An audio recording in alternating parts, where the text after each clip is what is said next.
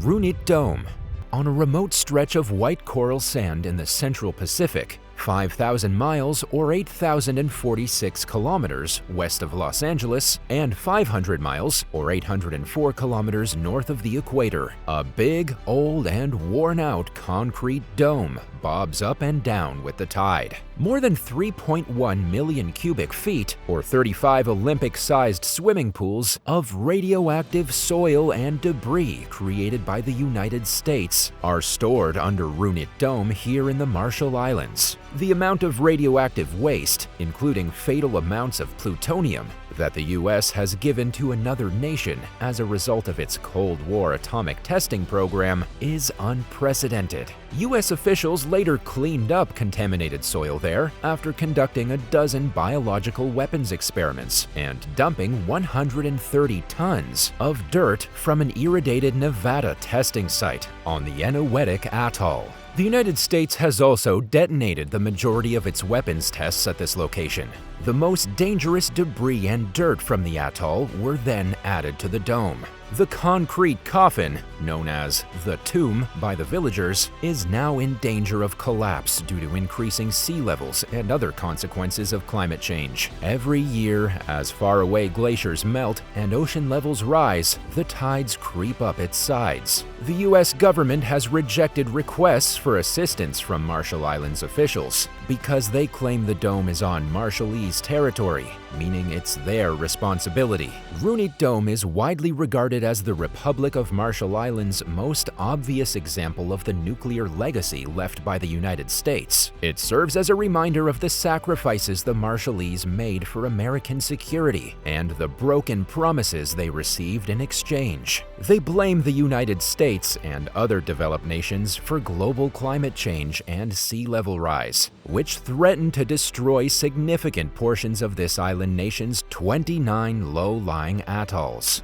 During 5 trips to the Marshall Islands between 2018 and 2019, a reporting team from the Los Angeles Times and Columbia University's Graduate School of Journalism documented their discoveries. They found extensive coral bleaching, fish kills, and algae blooms in addition to major disease outbreaks, including the country's largest recorded dengue fever epidemic. According to research released in 2019 by a group of Columbia University scientists, the radiation levels in some areas of Eniwetok and other Marshall Islands are comparable to those found close to Chernobyl and Fukushima. Leaders in the Marshall Islands agree that America is not the only one to blame for the problems facing their country. However, they assert that the U.S. has not accepted responsibility for the environmental catastrophe it has caused, and that the country's officials have continuously misled them about the scope and depth of the damage. Marine pollution.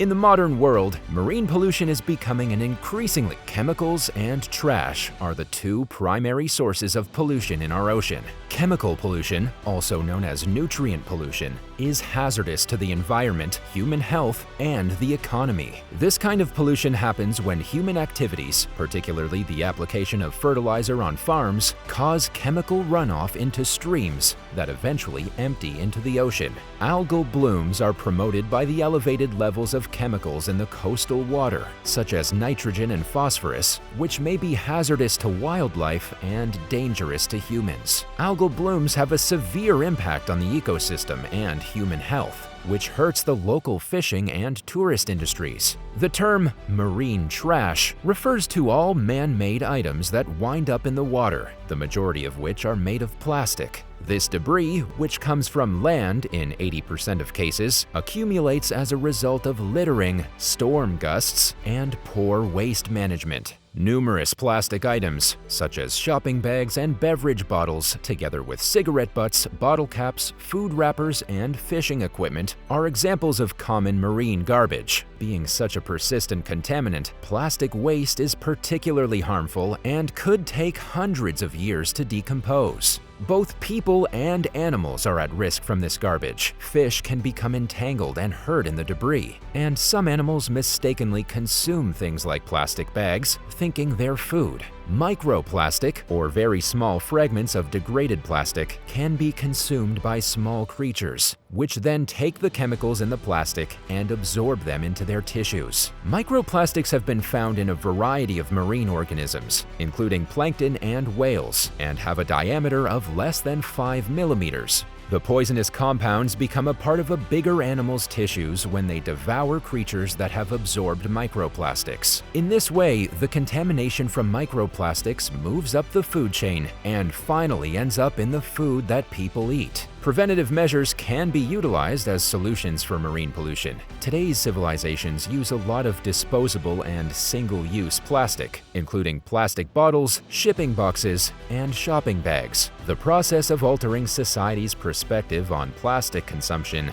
will be long and fiscally difficult. In contrast, some objects may be impossible to clean up. Numerous trash types, including certain plastics, do not float and are therefore lost in the depths of the ocean. In ocean gyres, plastics that do not float tend to accumulate in large patches. One such collection is the Pacific Garbage Patch, which spans an area of around 617,763 square miles between California and Hawaii. The trash island contains plastics and microplastics floating on and below the surface of whirling ocean currents. According to the National Oceanic and Atmospheric Administration, these patches are less like garbage islands and more like flecks of microplastic pepper swirling around in an ocean soup. The fight against marine pollution is hindered since many solutions are not considered viable options. Plastics marketed as biodegradable usually only decompose at temperatures that will never be reached in the ocean. Nevertheless, several nations are acting. A 2018 study from the United Nations has said that more than 60 countries have passed laws restricting or outlawing the use of throwaway plastic objects. Personal protective equipment. 2 years ago, it wasn't a major issue that throwaway face masks, gloves, and wipes might end up as worldwide environmental pollutants. PPE, or personal protective equipment, was thought to be crucial for stopping the spread of COVID-19. Nobody could have predicted so much would be required for so long. However, output skyrocketed, and the litter is now impossible to avoid. Since then, researchers have compiled a library of more than 40 studies that describe how PPE is used and disposed of worldwide, and they model how that would appear. Every month, 65 billion gloves are worn worldwide. The number of face masks sold each month is more than double that, at 129 billion. That amounts to 3 million face masks being worn every minute. According to a different survey, 3.4 billion face masks or face shields are thrown away daily, and Asia discards more face masks than any other region in the world each day. With 1.4 billion people, China has the biggest population in the world and discards nearly 702 million face masks per day. Several plastic fibers, mainly polypropylene, are used to make face masks, gloves, and wipes. These fibers will linger in the environment for many years, if not centuries, before breaking down into smaller microplastics and nanoplastics. According to research published in Environmental Advances, a single face mask can discharge as much as 173,000 microfibers into the ocean on a daily basis. Face masks and gloves that have been abandoned are blown into rivers and streams like tumbleweeds, where they eventually end up in the ocean. On South American beaches, river outlets in Jakarta Bay, Bangladesh, the coast of Kenya, and the deserted Soko Islands in Hong Kong, scientists have noted their existence. Discarded PPE has clogged equipment in Vancouver, British Columbia's municipal drainage system and obstructed street drains from New York City to Nairobi. PPE litter issues have arisen at a challenging point in the fight against plastic waste. In the next 20 years, the quantity of plastic garbage that is already piling up in the oceans is expected to quadruple, with no meaningful solutions in sight. The change would only lessen that anticipated doubling by 7% if every company's vow to use more recycled plastics were kept. 107,219 individual pieces of PPE trash were recorded in a global survey of volunteers who took part in beach cleanups in the summer of 2020. However, the group's founders came to the conclusion that this number is likely a huge underestimate. The volunteers themselves may be a better source of data, as 94% of them indicated they frequently saw face masks, gloves, and other PPE litter in their neighborhoods, and 50% said they saw PPE litter every day. A whopping 40% of respondents reportedly found PPE trash in streams, rivers, and oceans. Felicity Ace. The bottom of the Atlantic Ocean is currently covered with thousands of vehicles, lithium-ion batteries, oil, gas, and an entire cargo ship.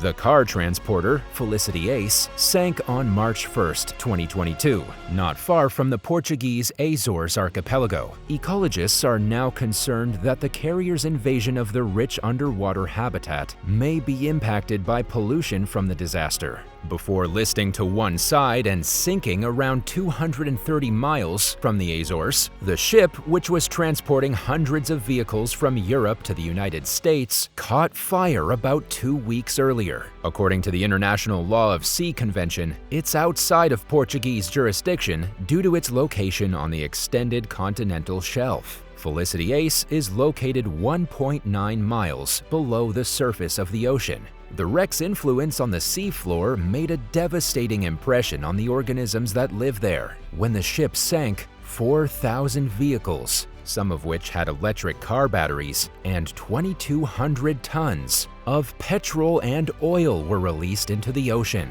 Only a small amount of the wreckage was visible above the water, but tugboats were using hoses to clean up a small amount of oil there. In order to keep an eye out for new indications of surface contamination, Portugal has kept a Navy ship and an Air Force plane stationed nearby. The oil and gas tanks, as well as the electric vehicle batteries, are the most hazardous components of the catastrophe. Ideally, they would be removed and brought back to land safely, but it's only a pipe dream at the moment. The cost would likely be extremely expensive, and it's unclear who would run such a huge operation. However, the structure could eventually become an artificial reef if no dangerous substances leak into the ocean. Currently, we know very little about the wreck's state of preservation. U-85. Between January and the end of August 1942, German U-boats attacked more than 285 vessels in the North American seas. The remains of many of these ships are scattered over the ocean floor, not far from the coast of North Carolina. The remains of this little-known battleground is now the final resting place for 90 ships and approximately 1,700 soldiers who died during the Battle of the Atlantic. 8 Allied convoy ships, 78 commercial freighters and tankers, and 4 German U-boats all sank off the coast of North Carolina throughout the course of the war. Every shipwreck tells a different tale. On March 21, 1942, U-85 embarked on its third and last voyage from Saint-Nazaire, France. The U-boat arrived in New Jersey after receiving orders to patrol off the American shore, and on April 10th of that same year, it discovered its first target. After sinking the Swedish steamer Christina Knutsen with 2 torpedoes, U-85 headed straight for Cape Hatteras, North Carolina. 3 days later, the crew of U-85 detected the USS Roper nearby and attempted an escape in extremely shallow water while being followed by the American vessel. They hoped their increased speed would get the U-boat into deeper water before Roper attacked them. The crew on board the American ship thought they were hunting a submarine as they got closer to U-85. They saw a torpedoes trail running down the port side, nearly missing the Roper, confirming their suspicions. However, Roper couldn't be shaken by U-85. As the space between the two ships closed, a surface conflict followed. The crew of Roper were manning the 3-inch deck guns and machine guns as they opened fire on the German sailors as they tried to leave the conning tower to man their weapons. In addition to having more surface artillery, Roper was also able to get their weapons faster. Then, a well-aimed 3-inch round breached the pressure hull just ahead of the U-85's conning tower. The captain of the U-85 must have made the decision to scuttle and abandon ship. Roper's crew observed the German sailors jump into the ocean and plead for help as the U-boat started to sink at the stern. At this point, Roper thought it had made another sonar contact. Unwilling to take any risks with another potential U-boat, the American ship sailed into the crowd of sailors in the sea and dropped another 11 depth charges in their direction. The whole U-85 crew were killed as a result. Roper made the second appearance around daybreak and found 29 sailors' dead bodies. The remains were returned to Norfolk, where they were eventually buried with full military honors in the shadows of Hampton National Cemetery in Virginia. Today, cemetery visitors may view the graves and read the names of the sailors whose bodies were recovered. The U-85's wreckage is currently 14 miles east of Oregon Inlet on the Outer Banks, submerged in water that is 110 feet deep. Due to the dynamic shifting currents, visibility and water temperature change greatly. The wreck is lying on its starboard side with a list of around 80 degrees. The bow, pressure hull, and the 4 forward torpedo tubes are visible because the outer shell has collapsed. Torpedoes can still be clearly seen within several of these tubes. Battle damage caused by Roper's 3-inch deck cannon is clearly evident to the left of the conning tower.